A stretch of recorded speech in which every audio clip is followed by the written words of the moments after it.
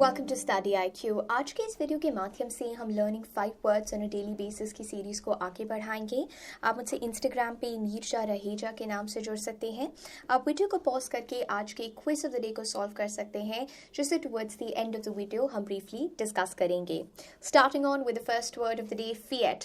Fiat हम लोगों को कॉमन संदर्भ में लगता है is the Italian car fiat, लेकिन फिएट का एक्चुअल मीनिंग जो होता है दैट इज़ वेरी डिफरेंट। इसका अर्थ होता है एक डिक्री, एक ऑफिशियल अनाउंसमेंट, एक ऑफिशियल ऑर्डर, उसके लिए हम फिएट शब्द का प्रयोग करते हैं। सो किसी भी तरह की आज्ञा, किसी भी तरह का आदेश जो हमें मिल रहा है ऑफिशियल अथॉरिटी से, किसी भी तरह का हुक्म जो हमें मिल रहा है ऑफिशियल अथॉरिटी से, उसके लिए हम फिएट शब्द का प्रयोग करते हैं। सो इसका एग्जैक्ट मीनिंग है a decree, a formal authorization और अ प्रोपोजिशन, अ डिक्टैट और अ डायरेक्टिव, उसके लिए हम फिएट शब्द का प्रयोग करेंगे।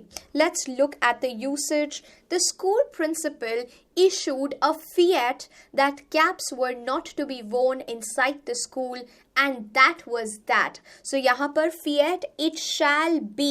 So कोई भी किसी भी तरह का अगर हमें हुक्म मिलता है, किसी भी तरह का आदेश मिलता है, उसके लिए ऑफिशियल नोटिफिकेशन है, ऑफिशियल ऑर्डर है, उसके लिए हम fiat शब्द का प्रयोग करते हैं। That is that या that's that. This is an important idiomatic phrase जिसका अर्थ होता है ऐसा ही होना चाहिए। इसका लिटरल मीनिंग हो जाता है it is used to say that a decision और a situation can not be changed. So whatever has been given you can not change that. So that is that. Let's look at the usage. I won't sell it for less than 10 lakhs and that is that. So that is the fixed decision जो कि बदला नहीं जाएगा, जो कि change नहीं किया जाएगा। I am not going, that's that. So that's about it. इसका ये अर्थ हो जाता है and it's an important idiom that is usually used also. Moving on to the next word, Altura. So Mahindra ने भी एक नई कार लॉन्च करी है Alturas, और Altura का अर्थ होता है, वहीं Alturas जो कार है उन्होंने Altura शब्द ही लिया है जिसका अर्थ होता है great heights. So Altura और Alturas means great heights. So heights इसका actual meaning हो जाता है। Let's look at the usage. The new Mahindra Alturas is all set to give competition to Ford Endeavour. So Altura, great heights को हम Altura कहते हैं। Moving on to the next word, Eleemosynary. Eleemosynary या Eleemosynary शब्द का अर्थ होता है charitable, philanthropic.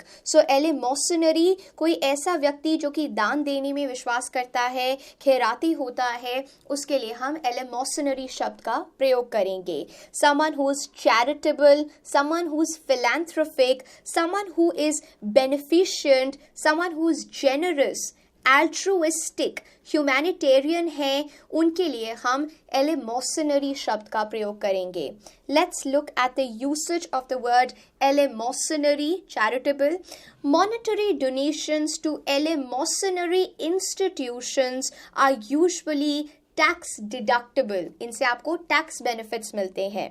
She used her vast fortune for establishing and funding a host of Eleemosynary institutions. So Eleemosynary, दान देना, charitable.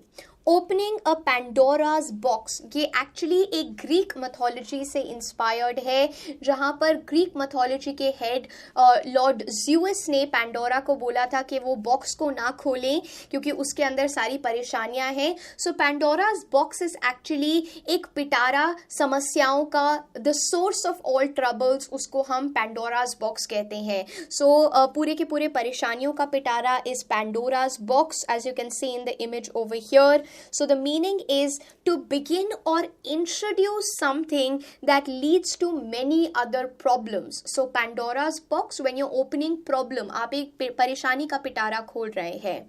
Let's look at the usage. Her parents are understandably afraid of opening a Pandora's box if they buy her a car.